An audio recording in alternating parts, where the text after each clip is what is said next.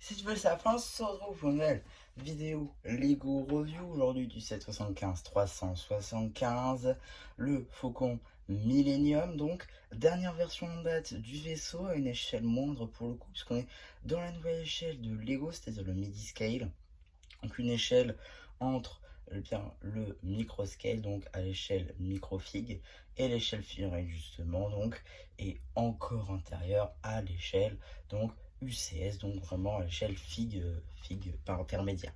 Donc là, donc, ce qui est plutôt pas mal sur ce genre de set, c'est que ça prend pas vraiment d'espace sur les étagères. Vous pouvez avoir un garage de vaisseau absolument fou sur une petite étagère. Alors que, par exemple, pour du CS, là, vous ferez une étagère par vaisseau.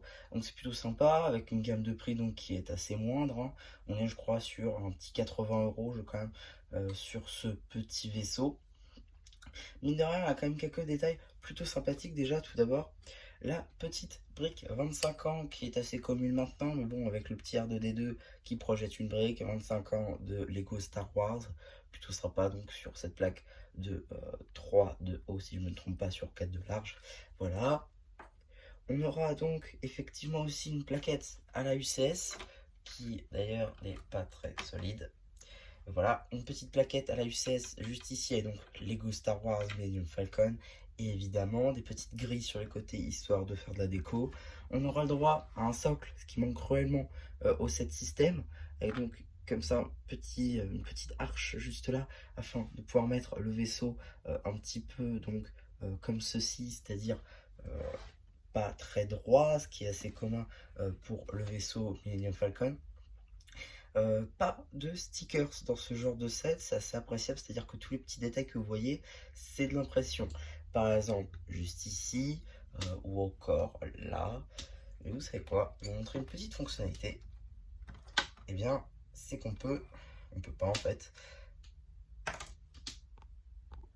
Du coup, voilà, on a le socle qui est comme ceci, qui fait une espèce de L tout en haut, afin donc de pouvoir ici soutenir le vaisseau, et ici le clipser. Voilà, ici soutenir et ici clipser.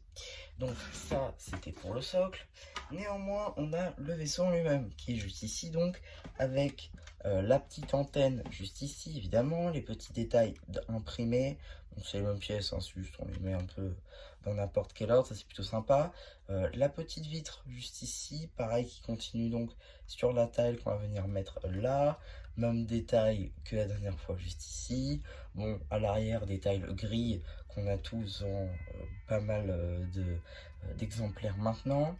Donc on a effectivement une structure technique juste là. Voilà, ça on le fait à part, et on va venir juste ici donc le clipser. C'est assez voyant, mais bon, si on regarde de loin, ça marche très bien. Tous ces panneaux là en fait va venir clipser à l'arrière. On a effectivement aussi la barre donc de l'hyperespace à l'arrière, et c'est pas tout parce qu'on a aussi des détails tout en dessous du vaisseau, c'est-à-dire à l'arrière, avec donc ici le trou afin de venir clipser donc le socle.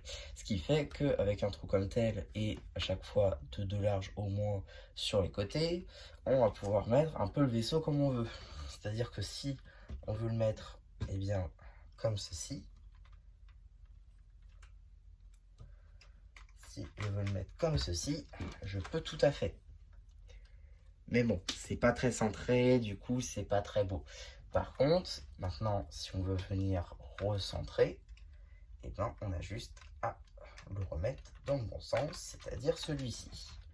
Et là, on va avoir un vaisseau centré sur socle. Bon, voilà, ça bouge un petit peu. On a aussi ici hein, la tourelle, et donc la tile, juste ici, qu'on retrouve d'ailleurs ici, donc pour eh bien, les tourelles. Bon, ça, voilà, c'est un détail plutôt sympa, sans plus. On a évidemment donc ici des petits détails, ici aussi, voilà, un peu de crinkling sur les côtés évidemment, avec des comme ça des panels qu'on va venir à rabattre pour le crinkling, des petites grilles sur les côtés, des tailles évidemment. On a aussi pas mal de côtés lisses, notamment ici avec les pentes, les tailles qu'on va venir mettre dessus, et donc une parité tenon et taille qui est assez respectée. Donc de ce point de vue là, c'est plutôt cool. Après, fondamentalement, je vois pas ce que je peux rajouter dessus. C'est plus un objet de décoration qu'un réel objet de jeu. Personnellement, je dois avouer que de l'avoir sur mes étagères, ça me rend heureux parce que je n'ai pas de Millennium Falcon mis à part celui-ci. Néanmoins, effectivement, niveau jouabilité, c'est pas très fou, on va pas se mentir. Évidemment, l'enlever de son socle reste une fonctionnalité plutôt sympathique, même si le vaisseau reste tout de même assez fragile. Niveau jouabilité, on peut quand même le faire virevolter quelques petites secondes avant qu'il se brise en mille morceaux. Voilà, à contrario d'une version système. Donc pour le coup, non, on doit avouer que c'est un bon compromis en niveau prix, niveau décoration, surtout si vous êtes un fan de Lego Star Wars, avoir ce genre de vaisseau peut effectivement combler un certain vide sur les étagères à moindre coût. Néanmoins, c'est une collection qui, sans doute, vous fera dire il me faut les autres. Voilà. En tout cas, donc, pour ma review de ce set, j'espère qu'elle vous aura plu. Surtout, n'hésitez pas à me dire ce que vous avez pensé. Moi, j'en fais post communautaire, à vous abonner, à liker ces vidéos et le post.